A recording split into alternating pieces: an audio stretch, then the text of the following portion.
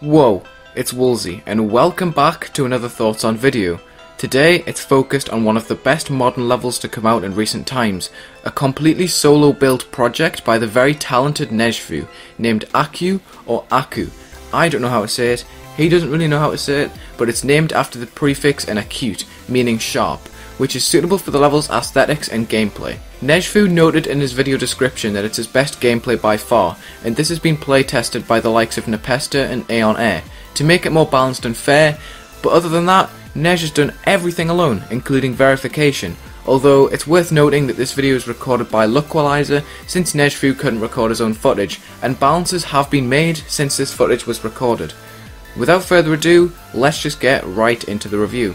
Neigefeu has a very distinct style, which resembles modern quite a lot, but I'm not quite sure if it would fit into this category, as there are some very vibrant colours that contrast greatly to the darker tones in the level, and all of it is uplifted by a blending screen above.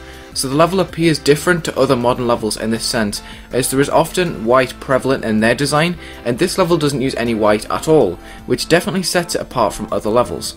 Also, the structures in this level are very unique, often using harsh slopes to create a balance with the pillars and maintain diversity, despite the block design being pretty much non-existent, as it instead relies on its two-tone nature with overlaps and altered movements. Neige has done a great job making both layers work well in their colour difference and structuring, while also incorporating separate movements, which comes together very effectively to make the level feel alive. This is paired with some fantastic pulses to keep the level's aesthetic changing mid-part, which stops it from being static and stale. I like it when a level does this because it breaks up the design and decoration a bit when the hue is switched up, and it's especially important in this level because Neigefeu has neglected design to make more clean visuals, so the colours need to be changed quite frequently to redeem this, which is done pretty well in my opinion. To spice up the aesthetic, the blending screen above the level is made more prevalent to back up the pulses and make the level more colourful on the beat of the song, which has some nice synchronisation and makes the level more atmospheric. This level is very immersive, using effects and details in the foreground, middle ground and the background that work together very well to create some nice depth.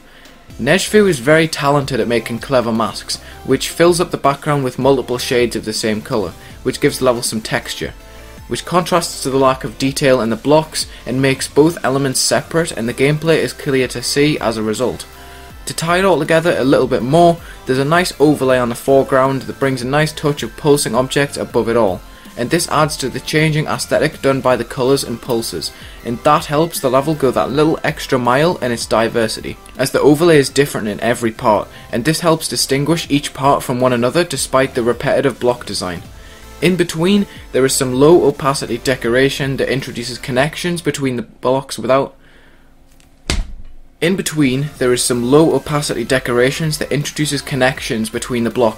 obscuring other elements of the display, and personally I think it works very well as the middleman and fills any empty awkward spaces. Each part links on from the last very well, and this establishes the upbeat theme and style very effectively, and this is followed at all times, which makes the level very cohesive, especially with the more intense movements being towards the end. And this makes the end very substantial and in place, as it is the most intense part of the level, and it makes it worthwhile getting to the finish.